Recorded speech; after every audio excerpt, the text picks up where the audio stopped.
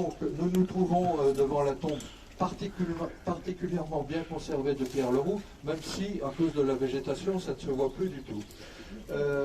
Pierre Leroux était un penseur des débuts du socialisme, un socialiste utopique. En son temps, il était plus célèbre que Joseph Proudhon lui-même. Il passe pour l'inventeur du mot socialisme. C'est moi qui le premier me suis servi du mot socialisme. Je forgeais ce mot par opposition à individualisme qui commençait à avoir cours, dit-il. D'origine très modeste, il doit renoncer à rentrer à l'école polytechnique et devient typographe. Il conçoit même en 1882 le linotype, première machine à composer à l'aide d'un clavier. La pensée de Pierre Leroux est essentiellement religieuse, une religion de l'humanité qui s'appuie sur l'idée d'un apparentement très fort du socialisme et du christianisme. Il propose un solidarisme qui met l'égalité au centre de ses préoccupations.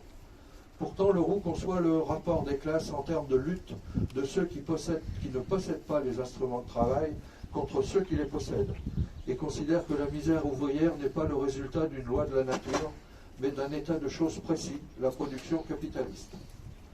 Il exerce son influence surtout dans les milieux littéraires. George Sand en particulier adhère à sa pensée et lui est très proche. En 1844, c'est elle qui l'aide à s'installer à Boussac, dans la Creuse, pour créer une colonie qui réunit 80 personnes autour d'une imprimerie. Il devient maire de Boussac et intervient pour que l'on accorde le suffrage universel aux femmes, ce qui le distingue un peu de Joseph Proudhon. Devenu député de la Seine à la Constituante, il prend la défense des insurgés de juin 1948. Au nom de la liberté même, de la liberté de chacun, c'est l'égalité qui est la loi de tous. Donc s'il y a dans la société un inférieur en puissance, en richesse, en quoi que ce soit, il a le droit de réclamer.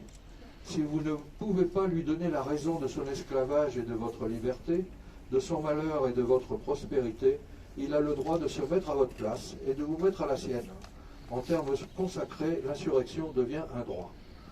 Après le coup d'État de 1851, Leroux s'exile à Londres, puis à Jersey, où il fréquente Victor Hugo.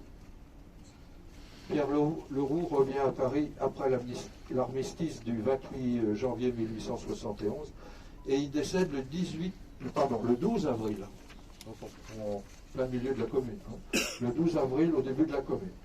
La commune décide alors de lui rendre un hommage par des obsèques officielles. Le procès verbal de la séance du 13 avril précise que la commune décide l'envoi de 2 de ses membres aux funérailles de Pierre Leroux, après avoir déclaré qu'elle rendait cet hommage non aux philosophes, partisans de l'école mystique dont nous portons la peine aujourd'hui, mais à l'homme politique qui, au lendemain des journées de 48, a pris courageusement la défense des vaincus. Dans le cortège viennent d'abord les femmes, puis la corporation des ouvriers typographes. Un bel hommage lui est rendu. Honneur à Pierre Leroux.